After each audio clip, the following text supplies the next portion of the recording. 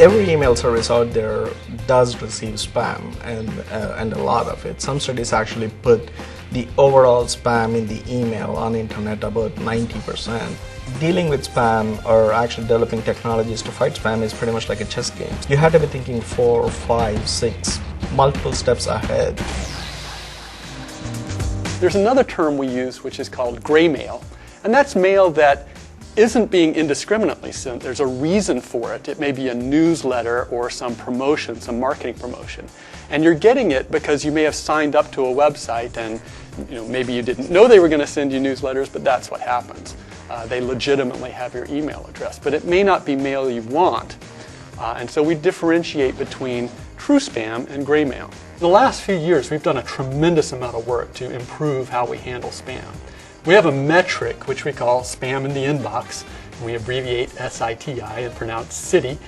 And that's a reflection of how much of this stuff actually gets into your inbox. Back in 2006, that peaked at close to half of the mail you were getting. And so really it was a very big problem. You draw the line from 2006 all the way to 2009, and we got that number down to about 4%.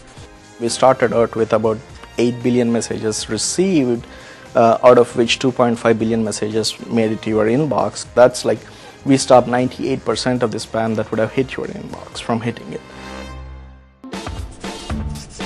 We run the Smart Screen, which is a Microsoft filtering system that's actually mainly based on machine learning and heuristics by giving proper weights based on the content and the headers of the message. Smart Screen is a form of protection that really stands between our customers and the miscreants on the web. Most of our spam-related products, whether it be Forefront, Exchange, Outlook, all utilize forms of Smart Screen. Having Smart Screen distributed in so many different products that are so highly scalable with great user interactions within them really allows us to provide what we think is arguably some of the best protection on the web. The very first weapon we have in our arsenal against spam is actually connection level filtering. Computers on the internet have IP addresses, and so all email senders have come from IP addresses.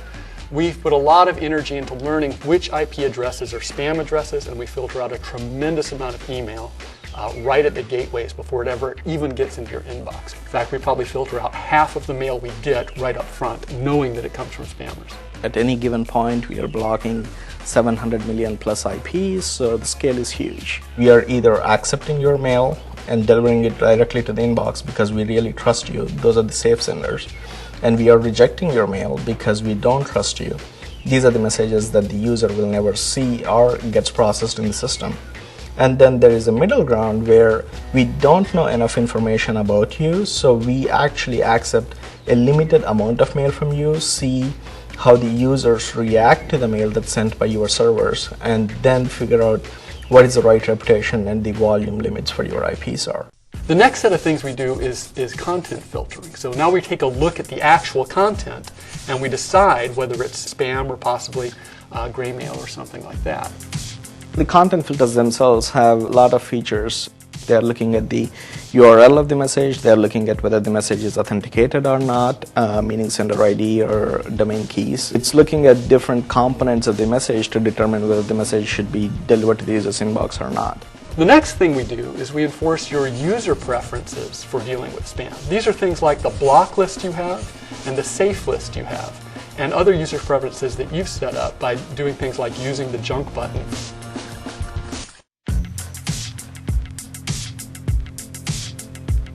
Trying to personalize the filters and trying to make the spam system aware of not just who the sender is, but also who the receiver is a real key, and that's where most of the wave 4 investments are going to be. At the time of the delivery, we are going to use a lot of personal information that we know about the sender and his relationship that he has with the user, the type of the message and the user's reaction to those type of the messages. The second area where we are significantly investing is doing things that will actually help you organize your inbox. We could be smarter at actually prompting you for different things. Like, for example, you deleted these 10 messages from Zip Realty because you don't want to look at their messages anymore without ever reading them. We could prompt you to unsubscribe those messages. And there are senders who would actually honor unsubscribe, and there are senders who won't. In the case where the senders won't honor unsubscribe, we could take the next step where we automatically block those messages, not for everybody in Hotmail, but for the users who actually repeatedly report these messages as junk and so on. We're going to do a lot of additional work in Wave 4 to add additional improvements on top of the ones we already have to make the experience even better and to get rid of even more spam and to give users even more knowledge and control over the email that they get. And then making it easy for people to give us feedback, learn more about the service, and just do a great job of listening to customers. We do think that this will be something that our customers will look at us as having done a better job than other folks. It's hard for me to predict the future of our competitors, but looking at the landscape the way it is today, I think that would be true.